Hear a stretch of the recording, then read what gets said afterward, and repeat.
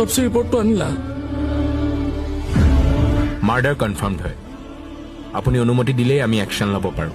নালাগে, এই কথাখিনি আৰু আগবঢ়াটো এমএলএ ছাৰে নিবিচাৰে। গতিকে গোটেই এভিডেন্সখিনি ডিছমিছ কৰি কেছটো এক্সিডেণ্ট বুলি ডিক্লেয়াৰ কৰা। ছাৰ, এইটো আপুনি কি কৈছে? ন্যায় দিয়াটো আমাৰ দায়িত্ব। মই আৰু মোৰ টীমটোৱে দিন ৰাত কষ্ট কৰিছো আৰু এতিয়া নিয়ম নিশিকাবি। ৰাজনীতিৰ চক্ৰবেহুত সোমাই নিজৰ লগতে পৰিয়ালৰ অনিষ্ট নকৰিবি। বিনিময়ত কি লাগে সেইটো ক। ছাৰ, মই সাধাৰণ ঘৰৰ ল'ৰা। দৰমহা কেইটাই যথেষ্ট। মই মোৰ কৰ্মৰ অপমান কৰিব নোৱাৰো। ভাবি চাবা, নিজে বিপদ মাতি লৈছা কিন্তু।